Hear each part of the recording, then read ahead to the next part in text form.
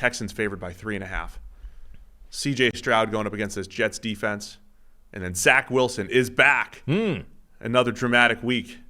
A lot of for drama. the number 13 seed in the AFC out of 14. A lot of drama, a lot of reports. 15 seed. A lot of sources, a lot of upset Aaron Rodgers, a lot of drama. If you missed it, early in the week, there were multiple reports that the Jets wanted to go back to Zach Wilson and that he didn't know if he was going to accept the offer. Yeah. And Tim Boyle, who started the last 2 games, got released on Tuesday, got replaced by Brett Rippon. Now, the irony there, those are the only 2, Tim Boyle and Brett Rippon are the only 2 quarterbacks in the NFL this year to start a game on Sunday and then get released on Tuesday. That's how bad they were. I mean, I don't even know if Tim Boyle was that bad, but they did not like the Tim Boyle experience. No. The Jets. The Tim Boyle experience felt a little bit like the Chris Streveler experience last year, where it's like, that we can't have that. Like, that's not going to work. I'm sorry. Streveler came in and underthrew a pass that was open by 50 yards. Yeah. Underthrew by it. like 15 yards. It got caught, and Fireman Ed in the crowd lost it. Yeah. Crazy excitement for Streveler because he completed a wide open pass. Yeah. Reminded me of Bailey Zappi completing a wide open pass in Gillette. But like, there are some times where you watch a guy play and you're like, that can't work. Right. We can't have this. I'm sorry. I appreciate your effort, but it's like the classic thing they say, we appreciate everything you've done. We wish you the best for the future. That's our takeaway from this game. Thanks. I appreciate all the hard work you put in, but we're going to go in a different direction. So yeah, that's what they did with Tim Boyle. The Zach Wilson thing was kind of funny. It's like, it's not like he has a choice. I mean, this is your job. You go in the game if we tell you to go in the game. This is not an optional thing. We pay you a large amount of money to get your ass on the field and play football. The poor guy just wants to hold a clipboard and collect a paycheck. That's the dream. And not, harm his draft stock, or not his draft stock, his, future employment any further than he already has by playing football. So here's the deal. There's a lot of interesting storylines beyond Zach Wilson. So Wilson comes back in. You have C.J. Stroud, who's been unbelievable as a rookie, as we all know, going up against the Jets defense that has made every quarterback look bad, right. Basically. That's the interesting element of this game, like the Zach Wilson, Aaron Rodgers crap aside. And we could talk about that in one sec, but we also have Sauce Gardner versus Derek Stingley, same field, right? The 3rd and 4th pick from last year's draft. The Texans took Derek Stingley, who's hot right now, coming off a 90-plus grade, 4 interceptions in the last 3 games. Sauce Gardner went pick number 4. He's been better to this point, but Stingley looks like he's trending in the right direction to be a fantastic corner. So it's C.J. Stroud's biggest test. You got Sauce and Stingley. What else? What are your thoughts on that side of the ball there, Texans against this Jets D? I was just looking up, actually, the grades for those second-year corners. Obviously, Deron Bland is number 1 with his 5 pick sixes, et cetera. But Sauce Gardner, Derek Stingley, and Trent McDuffie, the 3 sort of top-end corners in that class, are all grading really well, having excellent second seasons. Yeah, I mean, if you're going to trash the model for DJ Turner, we have Sauce was as good as it gets in the model. Stingley and McDuffie are all 90th percentile plus. And then I'm going to go finagle it to make sure that Deron Bland looked good.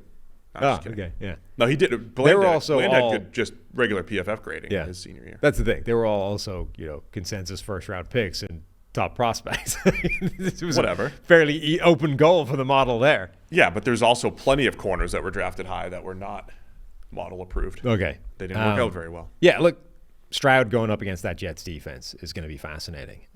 The Jets defense is amazing. I know they get, there've been some games where they've given up some big plays or some points. I still think a lot of that is just the game gets away from them because they're on the field all the time and the offense stinks and they're frustrated. And, but that defense is so good when it's playing at its best. So seeing them against Stroud is going to be fascinating. Stroud really looks like Georgia C.J. Stroud the entire time now, basically. Like, even when he does something wrong where he makes a mistake, he comes back and it's like it didn't affect him. He just keeps swinging and generally offsets it, generally redeems himself with the next drive or whatever. Couldn't be more impressed with what we're seeing from Stroud.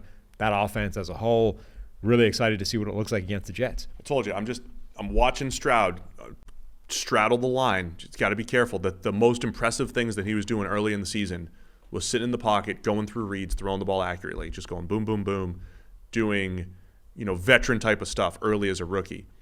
Now I think his confidence is through the roof. He's moving around more than ever and doing all the. But like last week, he had some big plays. He left a lot of plays on the table last week. I want to just see him continue to hit the plays that are there and then make sure that the out of structure stuff is at the right time, that it's timely. And that's when Stroud, is special. That's when he becomes a star. I want to see that consistency. And it's a challenge against the Jets here because it's tight window throws, man. It's a tough pass rush. And then on the other side, Will Anderson's having a good run too here, the rookie edge rusher going up against this Jets offensive line. I think this Texans defense is, going to give the Jets problems like every other team seems to. So where are you going with this one? 3.5, the Texans are favored. I'm going to buy into the Jets. I think this game will either be a close Jets victory or it will be a blowout for the Texans where the Jets defense kind of gets frustrated and ill-disciplined and gives up some plays. Like, it's either going to be very close in their favor or they just get wrecked because I think that defense is, every week, that defense is going to be on a precipice of frustration where if the offense craps itself, like, the defense is going to lose its rag and, give up. One more matchup to watch here. Bobby Slowick, PFF Bobby, and Robert Saleh.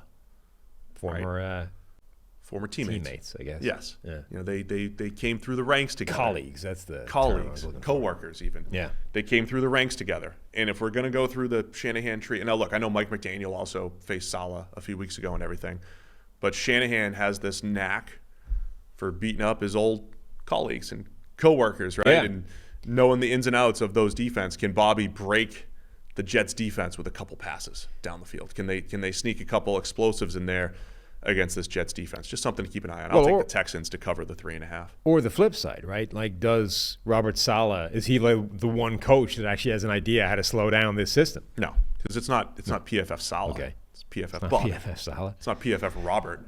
It's not. PFF Bobby's going to have the edge. So give me the Texans to cover the 3.5. But yeah, that's going to be a sneaky fun game. And I'm always intrigued by Zach Wilson. All I'm going to say, the same way a switch flipped for Jordan Love the last few weeks. Does that ever exist for a guy like a Zach Wilson, for a Mitchell Trubisky, guys that are very talented and were, top 5 picks? Do they flip a switch at any point? Just never know. I was just looking up what Saleh's record is against Shanahan offenses. How'd you do? Well, last year was pretty good. He held Miami to 17 and then 11. He didn't face Tua either game last year, though. Right. Faced That's their backups. that's the one element there. This year it's not good because they gave up a ton of points, 34 to Miami a couple of weeks ago. One was a Hail Mary pick six, though. Yeah, but still, like, it's not like they dominated that offense. That was the game where their defense basically gave up. See what I'm saying? Got beat. That's why I'm But my overall point was that he hasn't actually played him that many times. Right.